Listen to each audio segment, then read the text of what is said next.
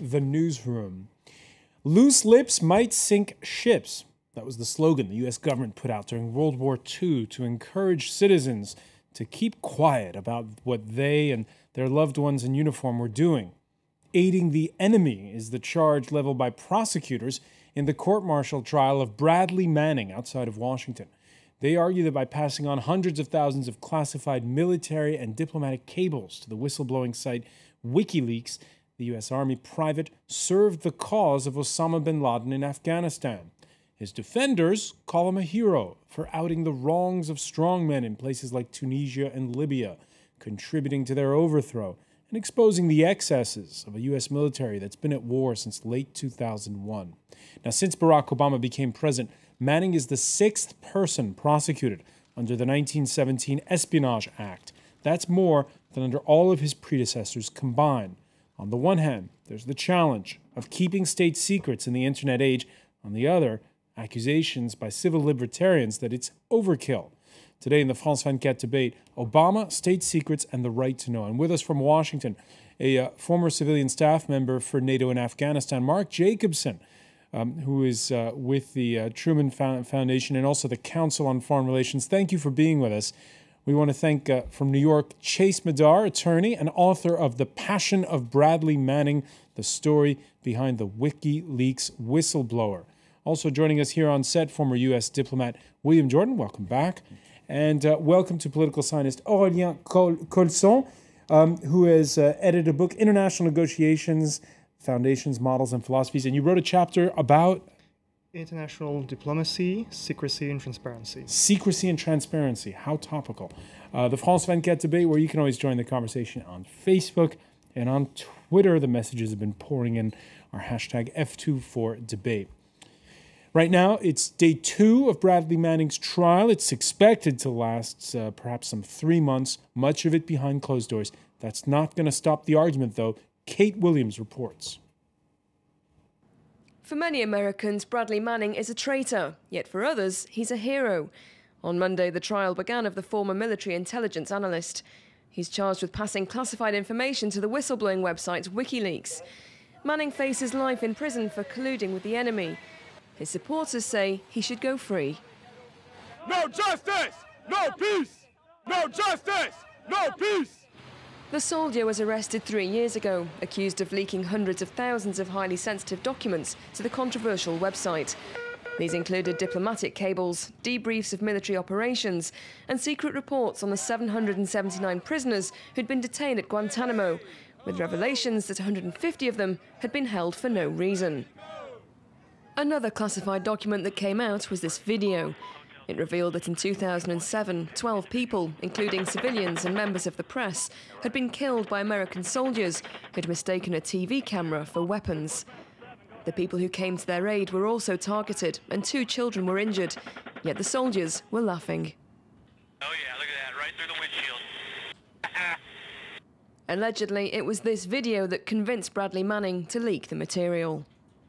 I believe that if the general public, especially the American public, had access to the information, this could spark a domestic debate on the role of the military and our foreign policy in general, as it related to Iraq and Afghanistan. After 3 years on remand, Manning denies being an enemy of the state. Daniel Ellsberg, a former military analyst, supports him. Ellsberg blew the whistle on the Pentagon Papers case in 1971. He leaked documents that showed the government knew early on that the Vietnam War could probably not be won.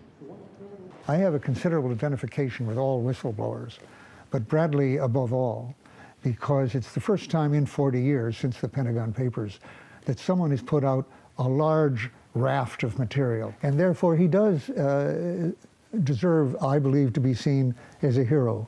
The real issue here is, does this damage national security? I don't see anything it does. Embarrassing, but how does it undermine national security by showing when we bomb someplace, we killed innocent civilians, for example. That doesn't help our reputation, but that gets out anyway. Yet for some, Bradley Manning committed an unforgivable act. The US government maintains he deliberately put the country in danger. One Navy SEAL is due to testify that some of the leaked documents were found in Osama bin Laden's hideout when he was killed 2 years ago. WikiLeaks also caused great embarrassment to the US government on a diplomatic level.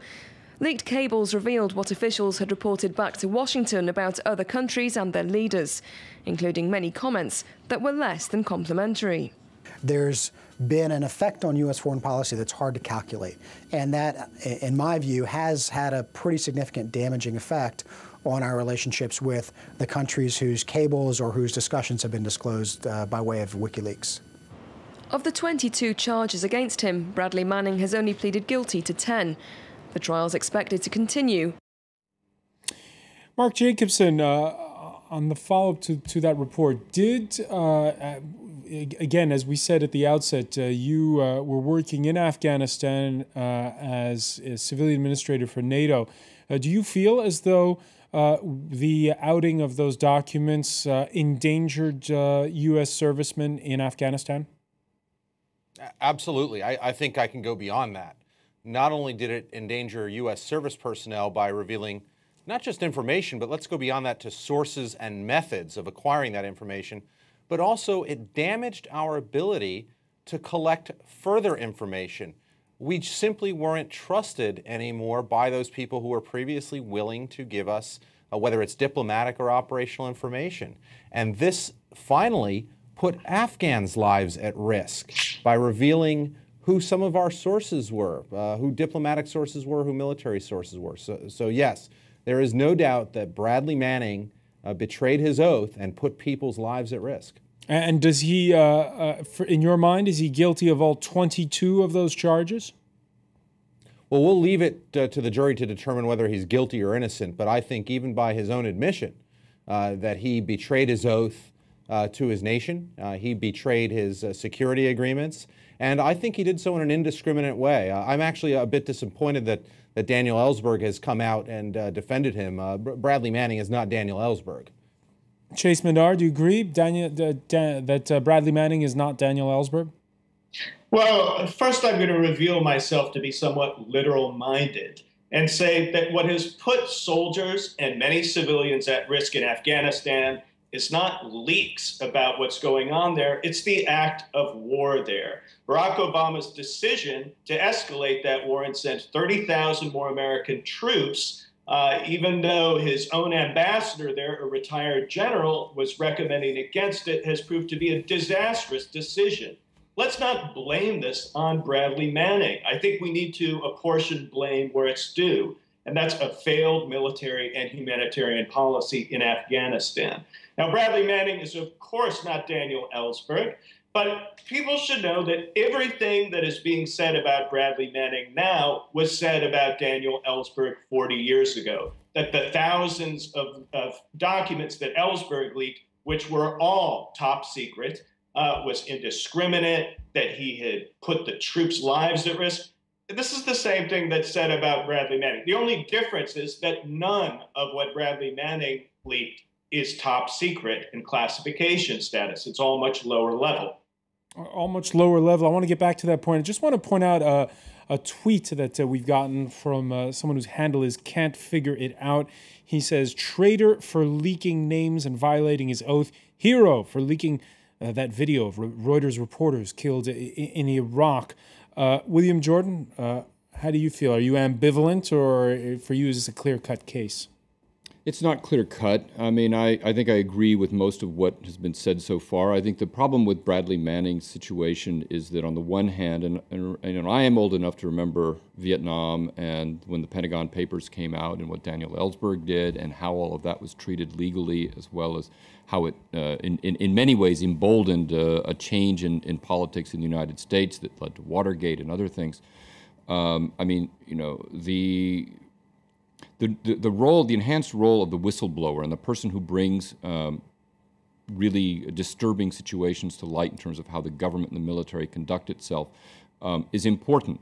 But at the same time, I mean, as a former diplomat, as somebody who wrote a lot of the cables, whose job it was to get information from people, and knowing that in many cases I named the people who I got the information from. That's a lot of what makes diplomats different from journalists.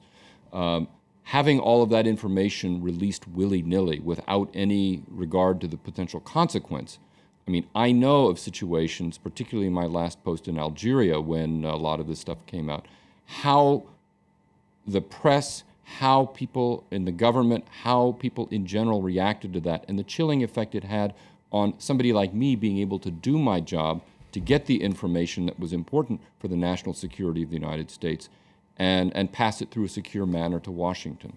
Let me read to you what was said a bit in opening arguments here.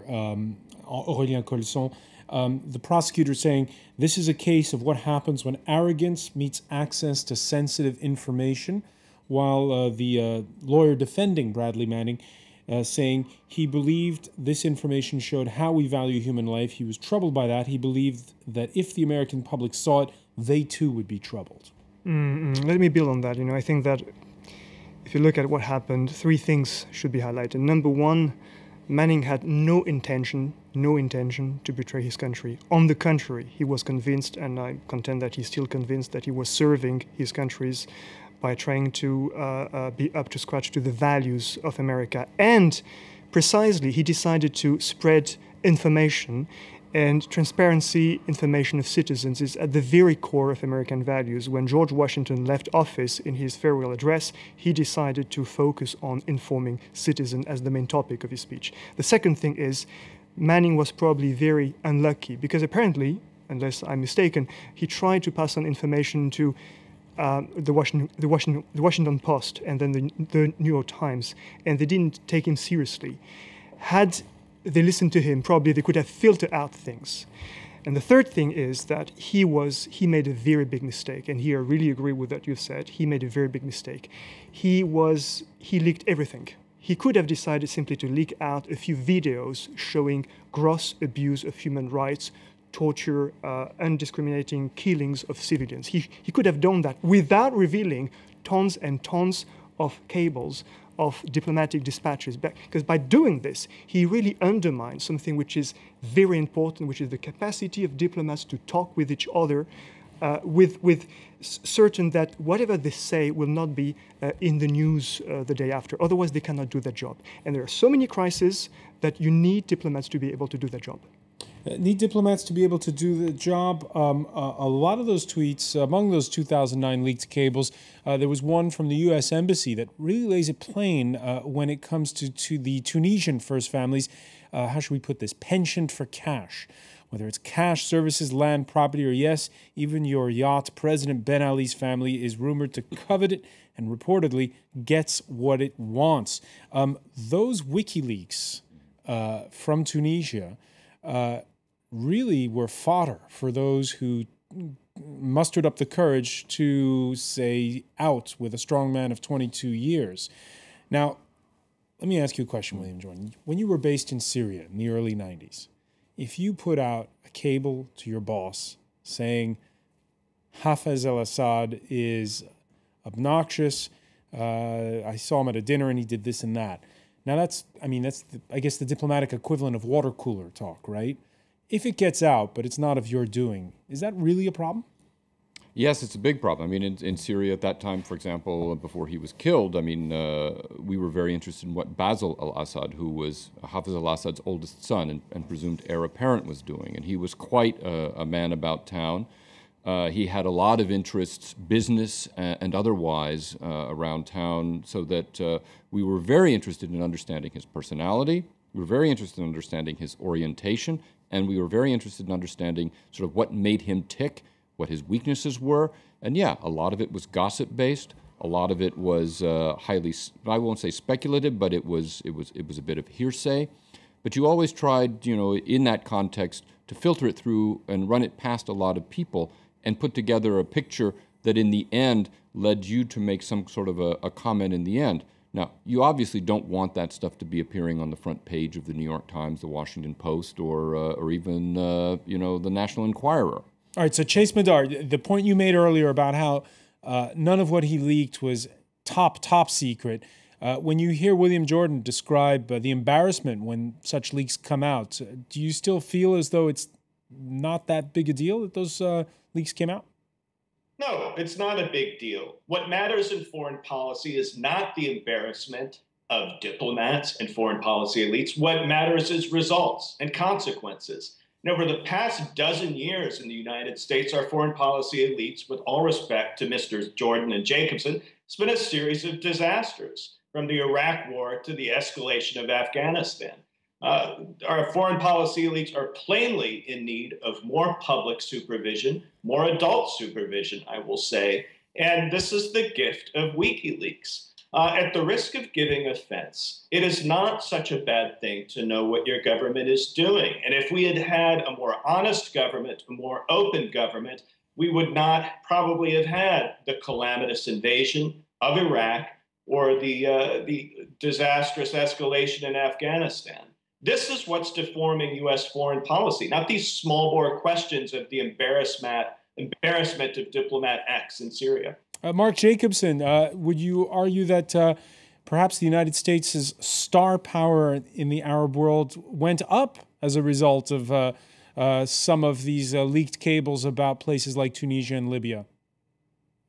Well, I think what's the thing to remember about these cables is they reflect what's already likely known on the street or by Tunisian diplomats or others. So while the average American citizen may not know the proclivities of the Tunisian government at the time, certainly the people on the street understand the deficiencies. But I think we're mixing up here the difference between transparency and openness in government and secrecy. Secrets are designed to protect damage or grave damage to national security interests. And as I said, it's beyond the information, it's about the sources and methods as well, whether it's secret, confidential, or top secret. And I think that there's a mistake when we think that just because something isn't the crown jewels, that it isn't going to impact people's lives. And that's really distressing to me to hear that, well, it's okay to leak some information that's secret, but not okay to leak top secret. No, it's not okay. And I think that's also reflected in how the professional journalism organizations handle these things. Some organizations won't print something until after an operation has happened. That's responsible. WikiLeaks is not part of the journalism community. And I think that's why their responsibility was not just with Manning, but also with Assange and WikiLeaks as well. All right, we're going to take a quick break. Let me show you the just one tweet from. We'll show it when we get back. You're watching the France 24 debate. When we return, we're going to pick up, go beyond Bradley Manning's case and talk about secrecy in the Obama administration. Stay with us.